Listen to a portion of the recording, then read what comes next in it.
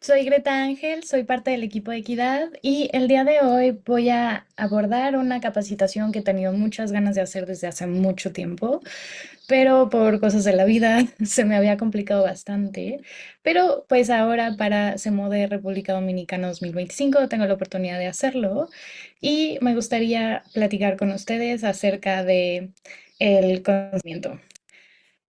¿Por qué quiero hablar de consentimiento? Básicamente porque pues soy una persona que ha sufrido abusos sexuales en el circuito y porque también soy una persona que cree que el punitivismo no nos sirve de nada, porque muchas veces las vulneraciones al consentimiento se dan básicamente porque hay ciertas estructuras sociales que nos invitan y nos empujan a seguir ciertos códigos que luego generan estas líneas difusas entre lo que es el consentimiento y lo que no.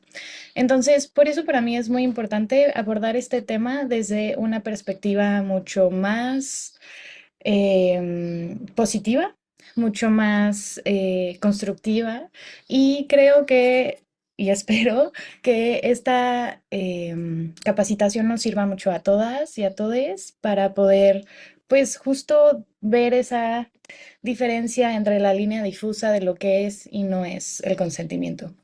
Y bueno, para empezar, me gustaría hablar un poco de qué pasa con este guión cultural del ligue, ¿no? Porque al final, muchas veces cuando pensamos en relaciones casuales, en ligues, o incluso en empezar a salir con alguien sin tener una claridad de a dónde va, o sea, ya venimos con un guión cultural aprendido.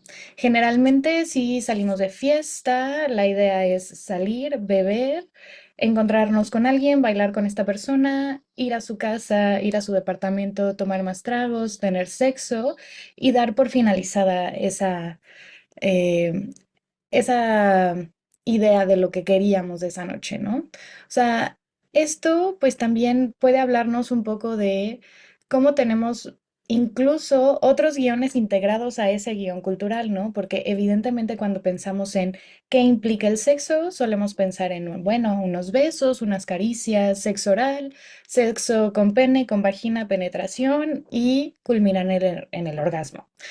Entonces, pues también ahí ya estamos como prefijando una idea de lo que estamos buscando cuando tenemos una relación sexual y a eso hay que sumarle que hay presuposiciones sobre los roles que cada persona debe asumir frente a lo que sucede, ¿no? O sea, que evidentemente los roles de género están muy, muy presentes y si pensamos en un binomio de género donde hay hombres y mujeres heterosexuales, pues se asume que sean los hombres quienes inician el sexo, por ejemplo, ¿no? Entonces, evidentemente, cuando seguimos este tipo de guiones, puede ser placentero y emocionante porque evidentemente pensamos en cuáles podrían ser los desenlaces dentro de ese guión cultural. Sin embargo, pues también puede dejarnos con la sensación de quién o qué es lo que quiero de esta interacción. Y más allá de tener esta sensación de aventura, lo que nos pasa muchas veces es que, pues, nos quedamos insatisfechos por la interacción porque no cumplió con la expectativa de lo que esperábamos o incluso, en el peor de los casos, asumimos que pues hay un peligro en asumir que existen esos guiones culturales porque entonces asumimos que también dentro de ese guión cultural hay cierto guión del consentimiento, ¿no? Que asumimos entonces que o sea, que las dos personas tenemos el mismo guión en nuestra cabeza, pero en realidad cada una tiene uno diferente, ¿no? A lo mejor una persona estaba pensando en tener algo de una noche, o alguien estaba pensando en tener una amistad con derechos, o pues simplemente no tener nada, ¿no? Entonces, como no estamos 100% seguros de que podemos seguir el mismo guión cultural, no podemos asumir que la otra persona está en la misma página que nosotras. O sea, en ese sentido, como un ejemplo muy burdo y muy tonto, es que imaginemos que invitamos a alguien a ver Shrek a nuestra casa, ¿no? Gran peli. Y pues tú invitas a esta persona pensando en que es una cita romántica, pero evidentemente la otra persona dice, Shrek, increíble, me encanta esta película, me voy a ir en cosplay, ¿no? Y llega vestida de burro. Entonces, pues tú llegas con flores, la otra persona llega disfrazada de burro, pues evidentemente hay algo ahí que no encaja, ¿no? O sea, eso es lo que pasa con este guión cultural del ligue que asumimos o presumimos qué es lo que va a pasar dentro de esa interacción romántica, sexual, afectiva, y necesitamos empezar a romper con esa idea que tenemos de este guión cultural. Entonces, ¿cómo hacemos esto? ¿Cómo cambiamos el default que tenemos, ¿no? O que por defecto automáticamente asumimos que esto va a suceder. Pues lo primero es ser muy conscientes de que tenemos que cambiar culturalmente nuestra perspectiva y nuestro mindset, ¿no? O sea, porque muchas veces, entonces, para que un ligue sea exitoso, es aquel donde uno, hay sexo y el sexo es exitoso porque culmina en el orgasmo, ¿no? Pero entonces hay que reconocer que o sea, porque ¿qué pasa? Si no cogemos y si no llegamos al orgasmo, fue un mal hookup, fue un mal ligue. Pero es que ese no es el peor escenario. El peor escenario posible no es solo no coger, sino coger, uno, no teniendo ganas, y dos, coger con alguien que no tiene ganas de coger contigo, ¿no? Entonces, a eso es lo que llamamos el sexo no consensuado. Cuando pues hay señales difusas y cuando las personas no están seguras, pues siempre es mejor no tener sexo, a menos que ambas personas estén 100% seguras, 100% entusiasmadas. Y para esto hay que como que procurar cambiar el mindset desde una primera perspectiva, tener una conversación previa al ligue. Evidentemente, hay muchas personas que dicen que cuando se hablan las cosas, uno como que se pierde esta intención sensual, que se pierde como esta search, esta búsqueda de placer, porque este también nos da como un cierto grado de adrenalina. Pero creo que no tenemos que tener una conversación súper profunda de qué es lo que buscamos, sino pues decirlo, ¿no? O sea, como, oye, ¿buscas algo de una noche sin compromiso? Dilo. ¿Solo quieres que nos manoseemos un rato? Dilo. ¿Buscas algo más emocional y romántico? También dilo, ¿no? O sea, y esto no necesariamente vuelve el momento menos sexy, sino que pues lo hace mucho más interesante porque entonces yo ya sé desde dónde me voy a poder vincular con esta persona, ¿no?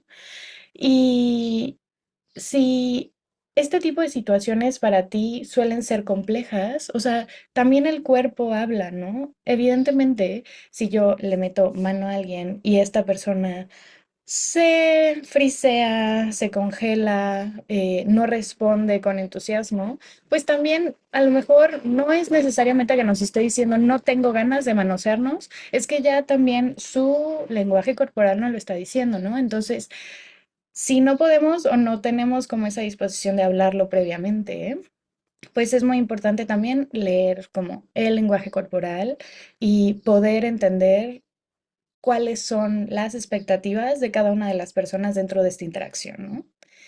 Y también creo que es muy importante cambiar nuestro mindset desde el reconocimiento de nuestras dinámicas de poder, porque muchas veces asumimos que el poder únicamente se da en cuestión a interacciones donde una persona es mayor que la otra. Y porque esto es algo que se habla socialmente, ¿no? Y que está como muy claro. Evidentemente también cuando hablamos como de relaciones entre personas adultas y personas menores, estamos ya hablando como de una situación que en la legislación de República Dominicana y en la mayoría de los países hispanos es un delito.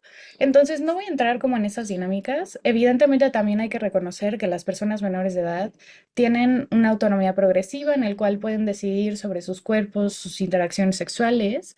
Pero también hay que pensar en las dinámicas de poder más allá de la edad, ¿no? O sea, porque también hay dinámicas por estatus. no solamente social, sino incluso estatus en debate, ¿no? O sea, que esta persona haya ganado muchos torneos, que sea reconocida, que pues haya sido una persona que haya juzgado un mundial o que, por ejemplo, haya entrenado a personas importantes en el circuito.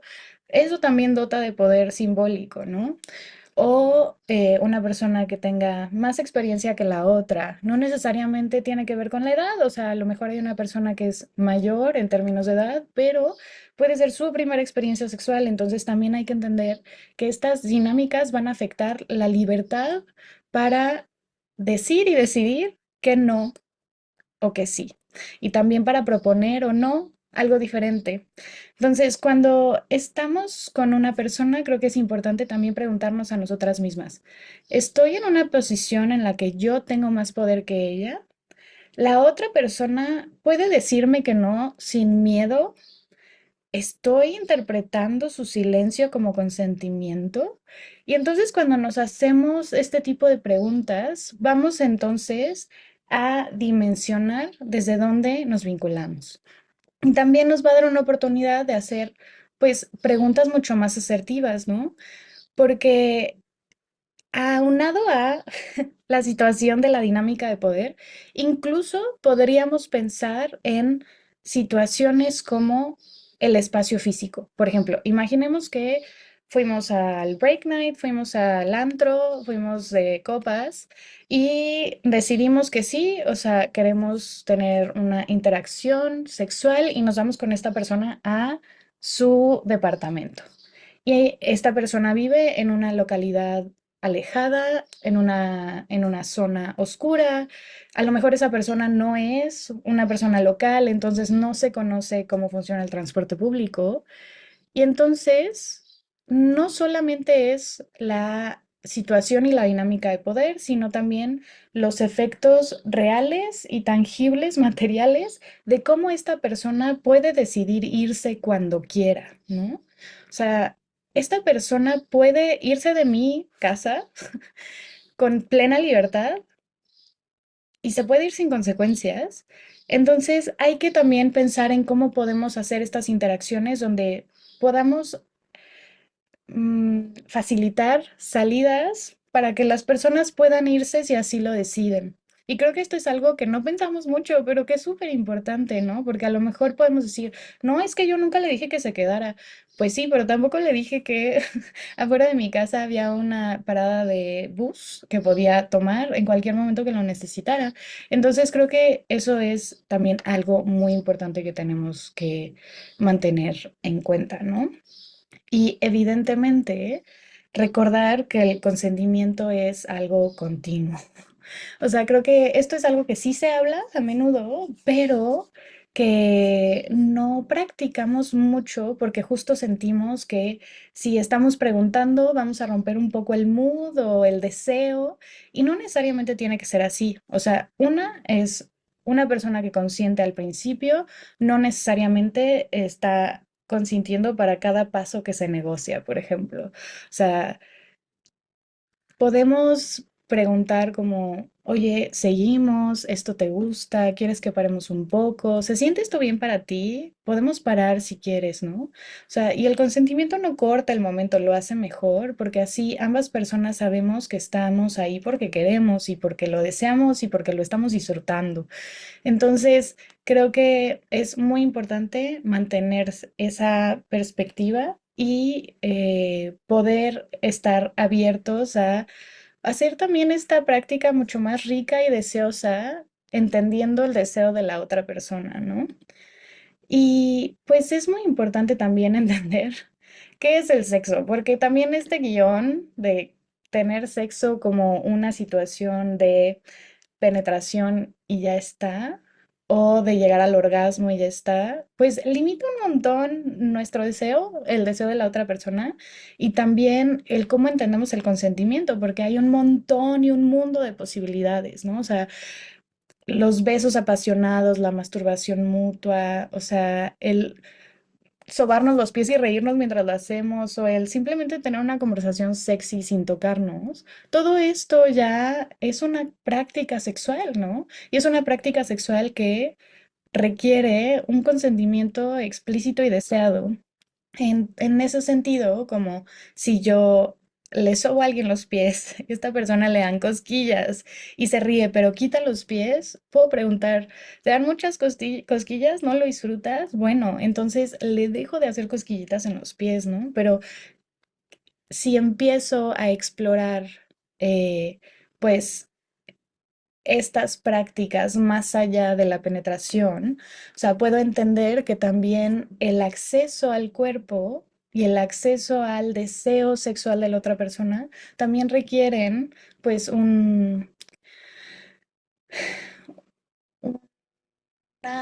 manera constante de entender, comprender y disfrutar ese deseo, ¿no? Entonces, creo que es muy importante también empezar como a romper con esta perspectiva heteronormada de lo que es el sexo y empezar también a pensar y a cuestionarnos como qué es el sexo para nosotros. Pero bueno, a todo esto yo he estado hablando de consentimiento, ¿no? Que hay que respetarlo y que pues al final el consentimiento es lo más importante dentro de una interacción vincular, sexual, afectiva o como o romántica, ¿no? Como queramos verla. El consentimiento al final, pues es la llave para poder disfrutar. ¿Por qué? Porque uno, o sea, el consentimiento es una decisión libre donde pues no hay presiones de por medio, no hay chantajes de por medio. Evidentemente, una persona que está bajo los efectos del alcohol, bajo los efectos de la droga, no están a un punto 100% claro de decidir.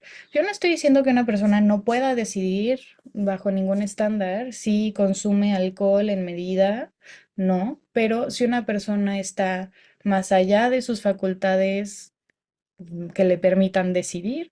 O sea, no podemos asumir que porque una persona tiene todos sus frenos desinhibitorios desbloqueados por el alcohol o las drogas, o sea, tenemos derecho a asumir un consentimiento. No es así. O sea, y esto es tan sencillo como, ¿te comerías la comida de otra persona sin pedirle permiso?